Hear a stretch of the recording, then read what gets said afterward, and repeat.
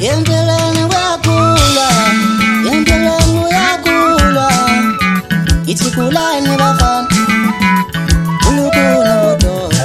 Yenteleni uyakula, yenteleni uyakula. Ithi kulani bafana, ulukhuni budoda. Bona isikhathi sokuba ngumfana, bona isikhathi sokuba insizwa, bona isikhathi sokuba indoda.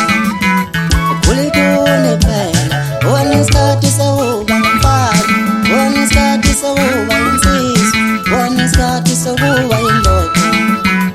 Ulukhuni phela, yenteleni kuyakhulwa, yenteleni kuyakhulwa. Kulani bafana, ulukhuni budoda. Ngayomemeza, ngayomemeza, lapho engithandwa khona. Ngayomemeza, ngayomemeza, yekhweni lami bona. Angifuna amashumi ezinkomo, amahlanu, yekhweni lami. Angifuna amashumi ezinkomo, ezinkomo, ezinkomo, amahlanu phela. Yenteleni kuyakhulwa, yenteleni kuyakhulwa. Ithi kulani bafana, ulukhuni budoda. Yekhweni lami, yekhweni lami, yekhweni lami, yekhweni lami. Isho yekhweni lami, yekhweni lami. Ula mhlaba, hayi hayi mali yakho ziyadlula mkhathekele sigide sekhele sigubhu sikaphepha kwathumbu kada mathubasi ka. So, bakhuluma nazawa mpele kumgodonya ombile ezinye zinyana kwapho kwamala. Wakada abantu phela. Ihlanza intombi into ezine kwapho kwamala. Imuthunja. Kosentaba bonke sebephelele.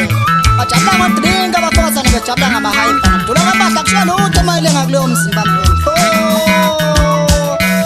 Ngihlaba ngezami-ke manje. Ngiyakuxhakela. Thinta ngomshana kumfana kadadewethu. Jikeleza. Ulande ngamabomu mfana. Siyacasetha manje.